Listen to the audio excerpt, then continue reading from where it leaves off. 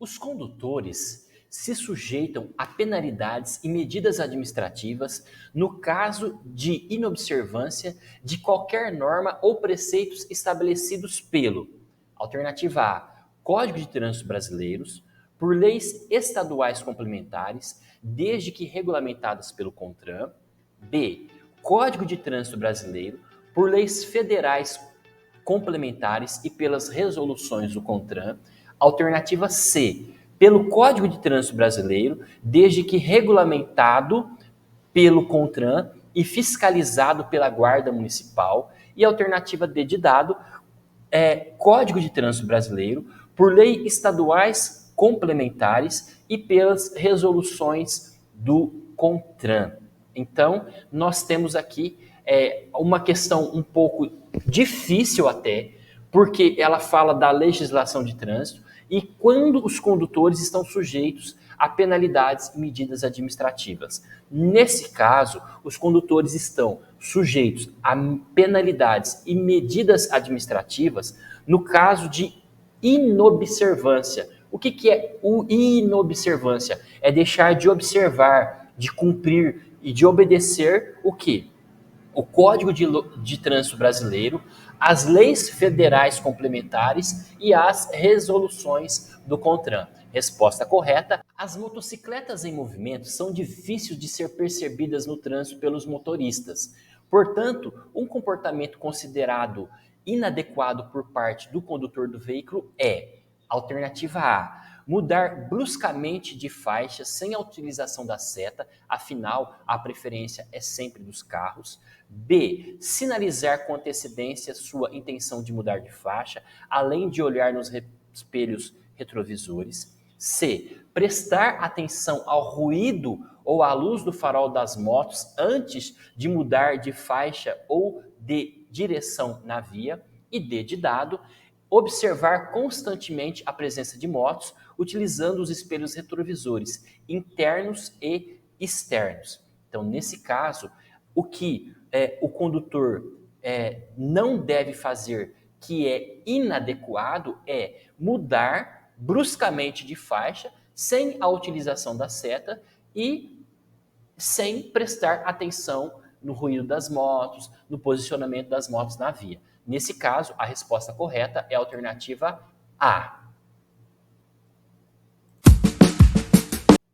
A próxima questão diz assim: segundo o anexo 1 do Código de Trânsito Brasileiro, via rural não pavimentada é a definição utilizada para designar: alternativa A, via coletora; B, rodovia; C, estrada; e alternativa D, via arterial.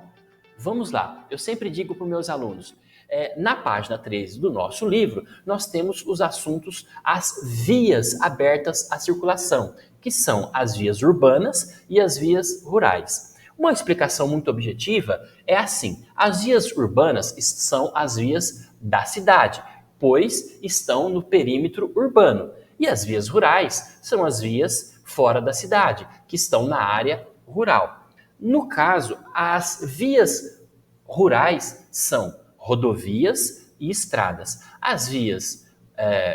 As rodovias, no caso, são as vias rurais pavimentadas e as estradas, as vias rurais não pavimentadas. Então, a via rural não pavimentada é a definição utilizada para designar, no caso, as estradas. Resposta C.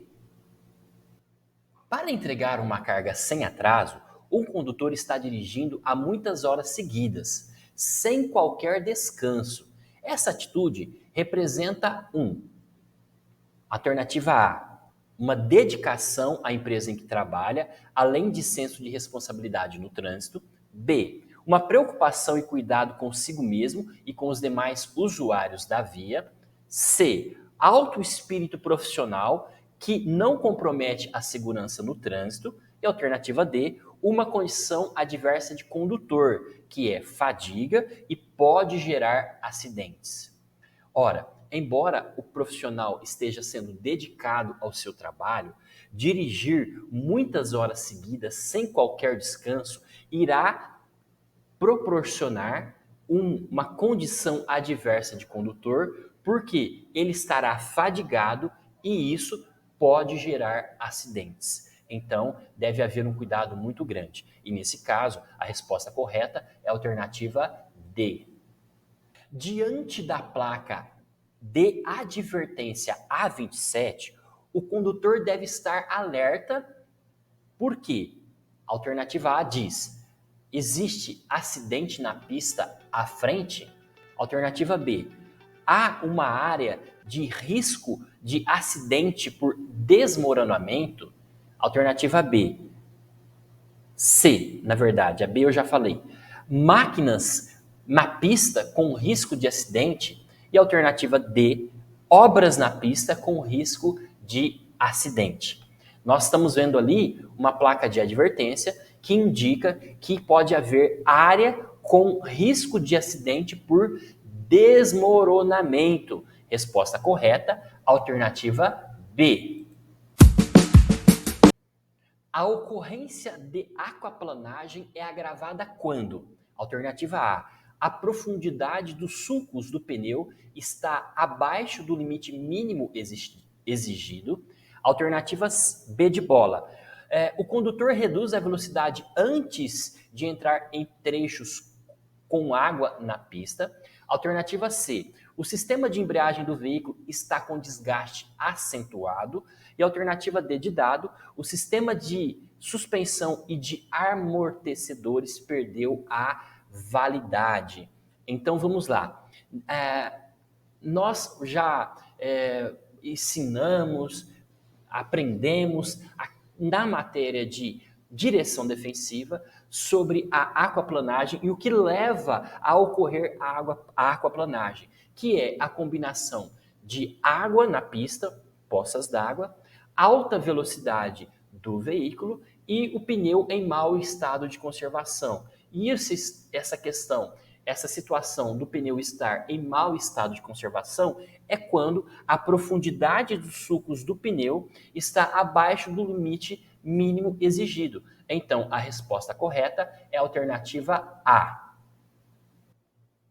A validade da permissão para dirigir é de alternativa A, 6 meses, B, 2 anos, C, 3 meses ou D de dado, 1 ano. Por quanto tempo, após você terminar o seu processo de habilitação e receber a permissão para dirigir, ela será válida?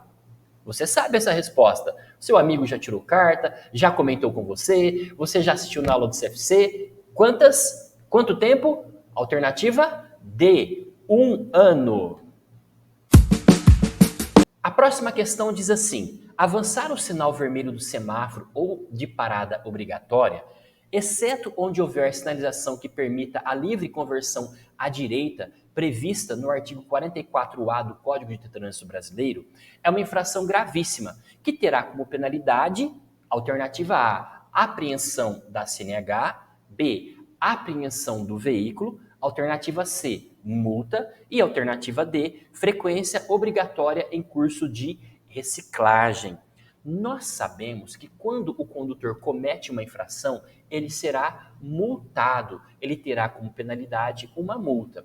E sim, avançar o sinal vermelho do semáforo e a placa de parada obrigatória é uma infração em que o condutor será multado. E a resposta correta, então, é a alternativa C, multa. A próxima questão diz que podemos considerar que o condutor está tendo prudência ao, alternativa A, diminuir a velocidade sob chuva, neblina ou trafegando sobre poças d'água. B, manter a velocidade máxima permitida pela legislação ou pela placa de sinalização nos locais com grande movimentação de pedestres. Alternativa C, trafegar lentamente pela faixa da esquerda, dificultando as ultrapassagens. E alternativa D de dado, mudar de faixa de tráfego sem usar a seta indicativa de direção.